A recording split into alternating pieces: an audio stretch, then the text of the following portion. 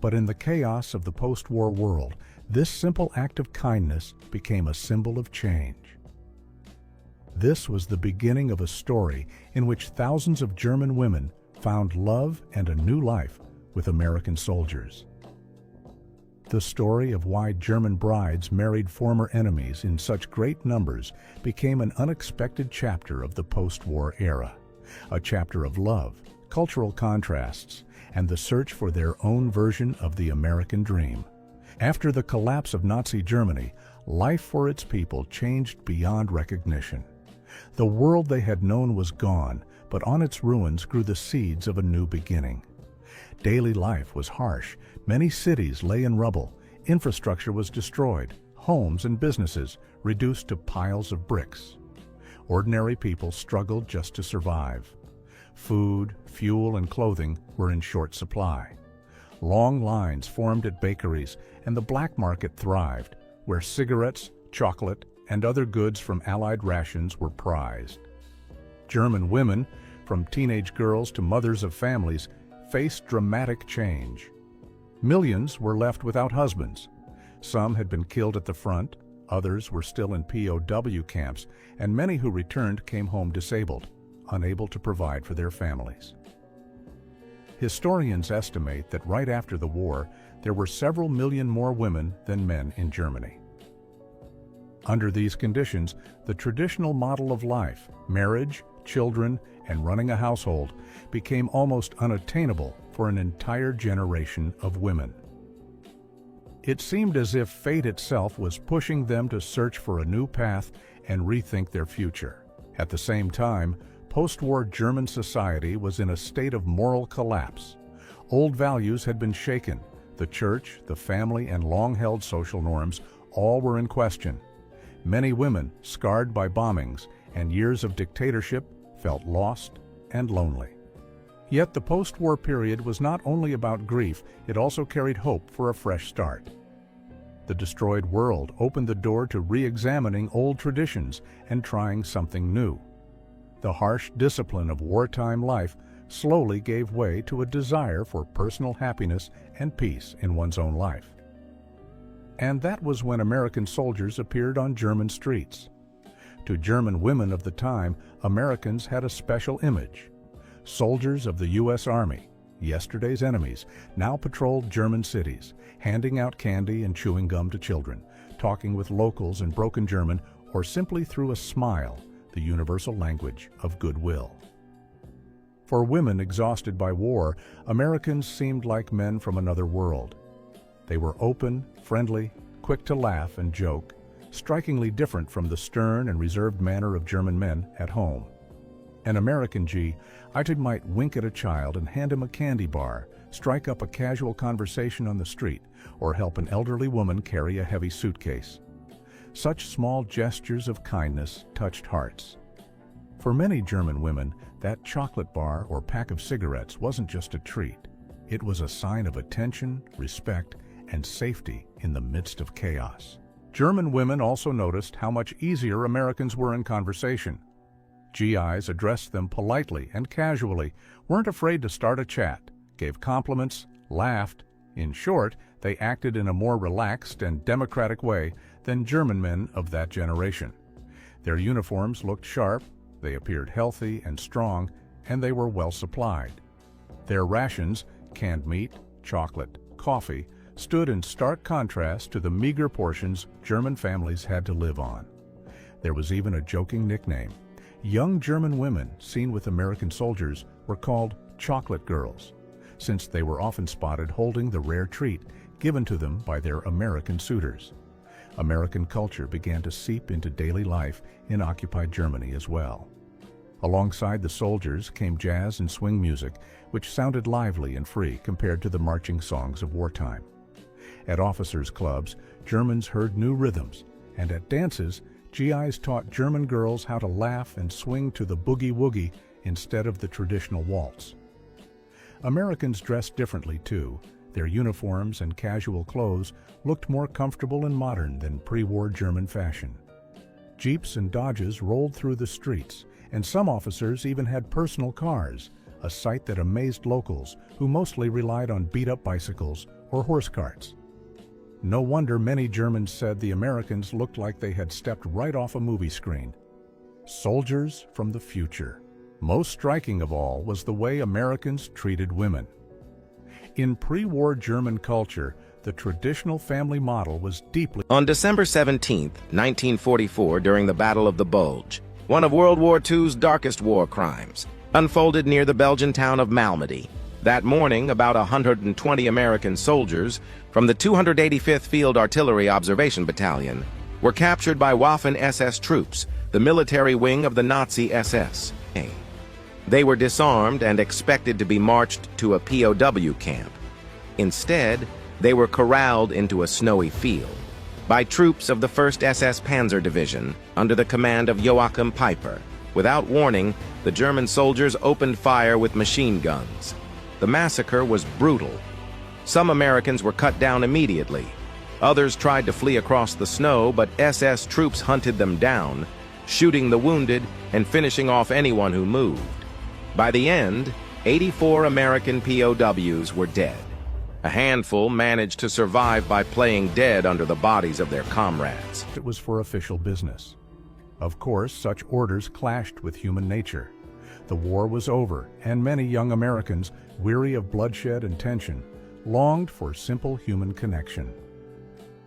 By the fall of 1945, the strict fraternization ban was being quietly ignored, and soon it was lifted altogether. GIs began freely visiting city cafes, organizing dances, and getting to know the locals. Naturally, romance began to bloom between young men and women. Even so, another obstacle remained at the official level: a ban on marriages to citizens of former enemy nations. For an American GI to marry a German woman in 1945 to 46 was almost impossible. The Army wouldn't grant permission, and without that approval, the marriage wasn't recognized. Paperwork stalled, and the woman he loved couldn't join him in the United States.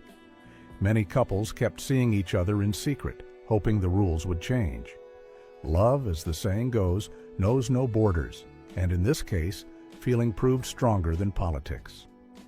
Stories from that time are full of clandestine meetings among the ruins, letters passed hand to hand, tearful farewells, and hope for a quick reunion.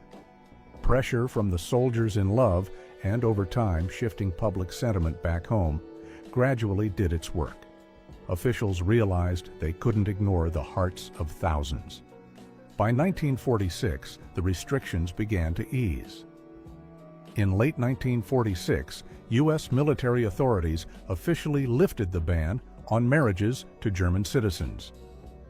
That decision was a turning point. At last, there was a legal path to unite the lives of people brought together by the war. A broader policy change soon followed. Washington recognized it needed to address the status of these foreign women who would become the wives of American servicemen.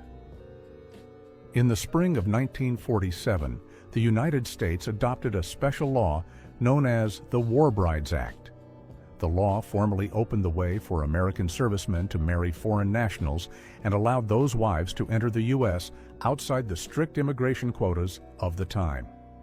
In plain terms, the U.S. government said, if our serviceman married abroad, we will welcome his spouse as one of our own. The act removed the final legal barriers for thousands of love stories born amid the ruins of Europe and Asia during and after the war.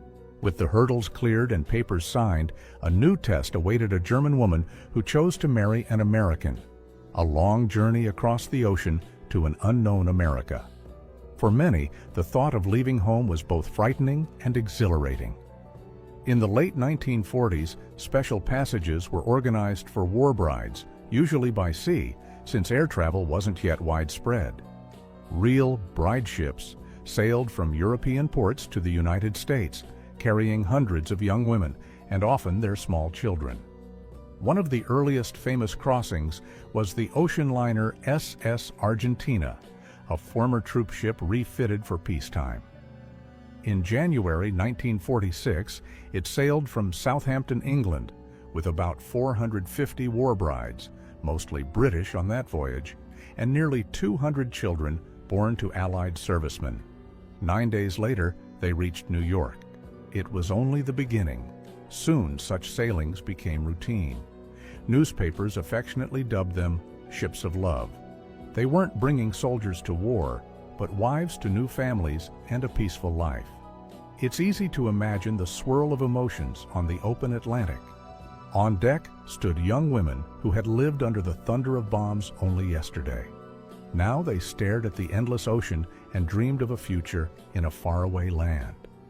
In their eyes were tears at leaving home and joy at soon seeing the men they loved, fear of the unknown and hope for something better.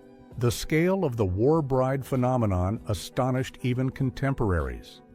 Tens of thousands of women around the world married American servicemen in those years.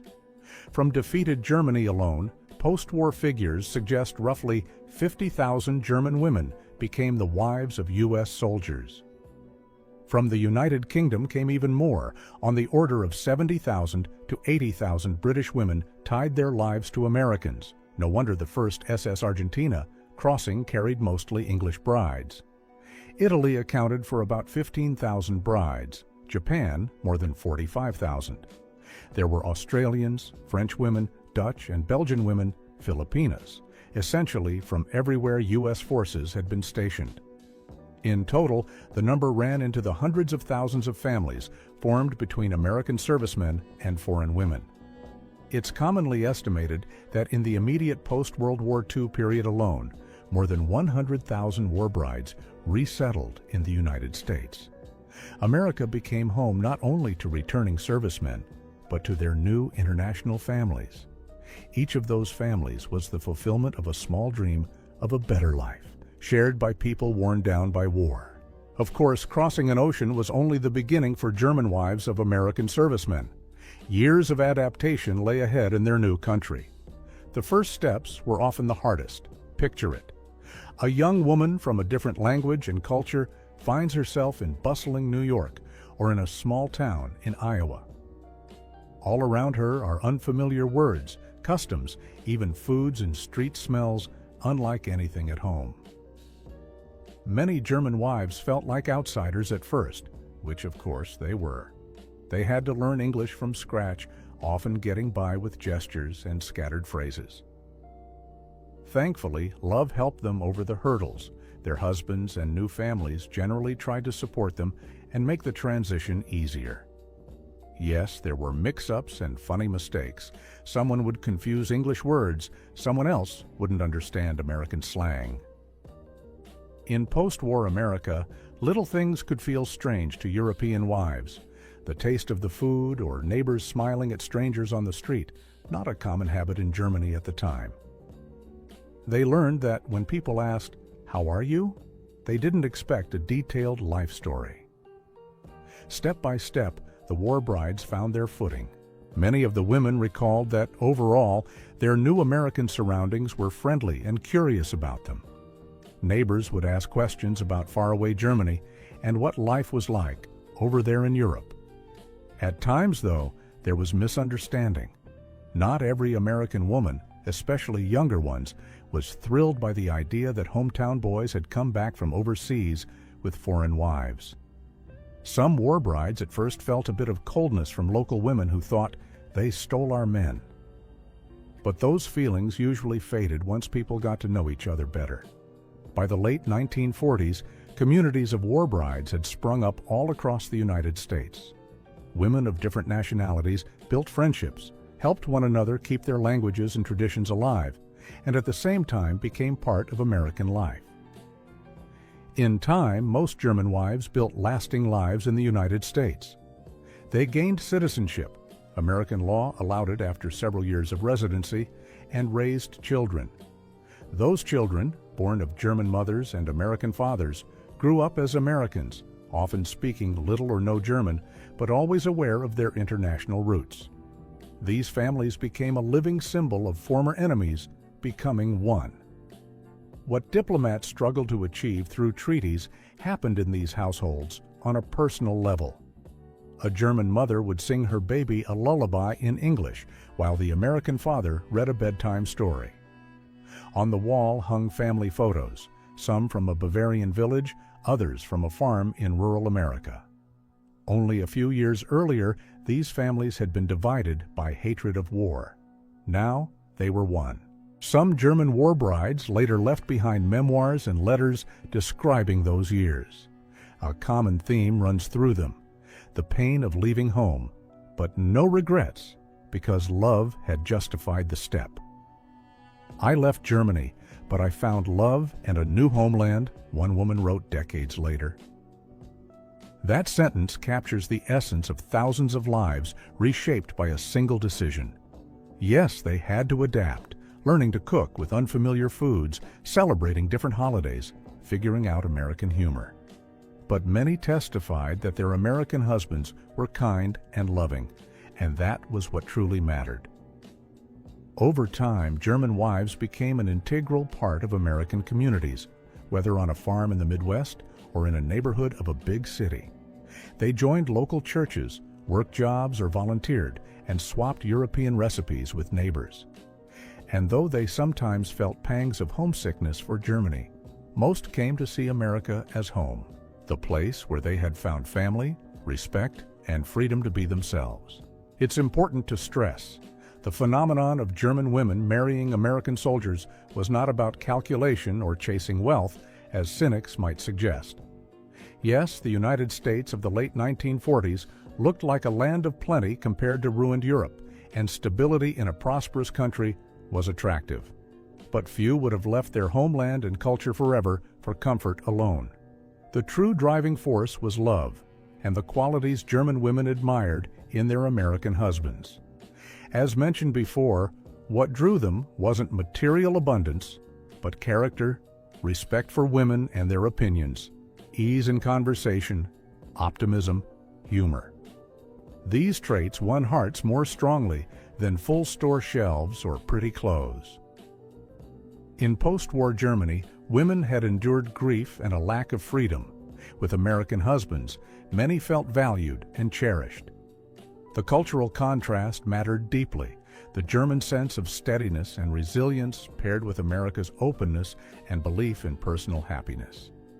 On December 17, 1944, during the Battle of the Bulge, one of World War II's darkest war crimes, unfolded near the Belgian town of Malmedy. That morning, about 120 American soldiers from the 285th Field Artillery Observation Battalion were captured by Waffen-SS troops, the military wing of the Nazi SS. They were disarmed and expected to be marched to a POW camp. Instead, they were corralled into a snowy field by troops of the 1st SS Panzer Division under the command of Joachim Peiper. Without warning, the German soldiers opened fire with machine guns. The massacre was brutal. Some Americans were cut down immediately. Others tried to flee across the snow, but SS troops hunted them down, shooting the wounded and finishing off anyone who moved. By the end, 84 American POWs were dead. A handful managed to survive by playing dead under the bodies of their comrades.